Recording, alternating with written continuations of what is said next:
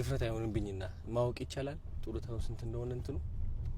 7300 ምናምን በየወሩ ዋው አይ ድፍረትም አይደለም አሁን እኔ ጊፍት አዘጋጅቼላችኋለሁ እዚህ ጋር ዝም ብሎ ለመጀመሪያ ማለት ነው እንትን ለማለት ይሄው 50,000 ብር ለጀስት ለመጀመሪያ ለወይኔ ልጅ ለትውውቅ ማርያምን ይሄ ደግሞ ለትውውቅ ነው በጣም ብዙ ነገር ያሰብኩላችኋል በጣም ትልቅ ነገር ጋሽራው በጣም ትልቅ ነገር የቀረ የለማ ይሄው አመሰግናለሁ ተባረክ እንግዲህ የረገጥከው ሁሉ በእጄ ነካቸው ነገሮች ሁሉ ይባረኩ ገና ምን ታየ ብዙ ነገር ያዘጋጀሉላችኋል በጣም ብዙ ትልቅ ታሪክ እንሰራለን የምን ጡረታ ነው ገና ጀግና ኢነርጂያችሁ በቃ በጣም የወጣት ነው እውነት አዎ እና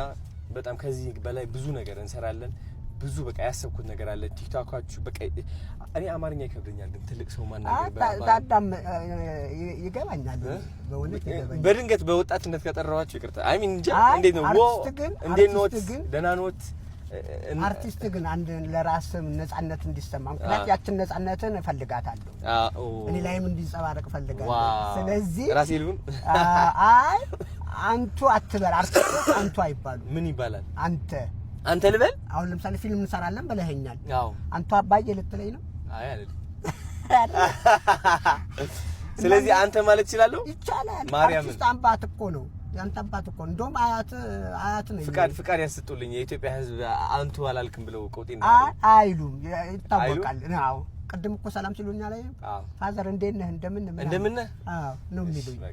እኔ እሱ ይቀለኛል ስለዚህ አሁን ብዙ ሐሳብ አለኝ ያንተ ቲክቶክ አሪያ አንተ አልን ያንተ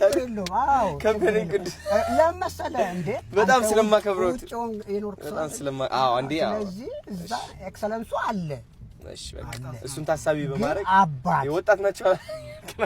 እስኪ ወጣት ነህ እስኪ ወጣት ነህ ነው አዎ እስኪ እንዴት ነው በል በወጣት በል እስኪ አሁን እኔ ያያት በላ እነሱ ያዩ ደህና ነኝ እግዚአብሔር ይመስገን ልጄ ሳንተስ አይ ማቀራረብ ልጄ ሳንተ እንዴት ነህ አሁን ምን ብለን ደህና ኖት ልትለኝ ነው አይደለ እንዴት ነህ አንተ እሱን አትተው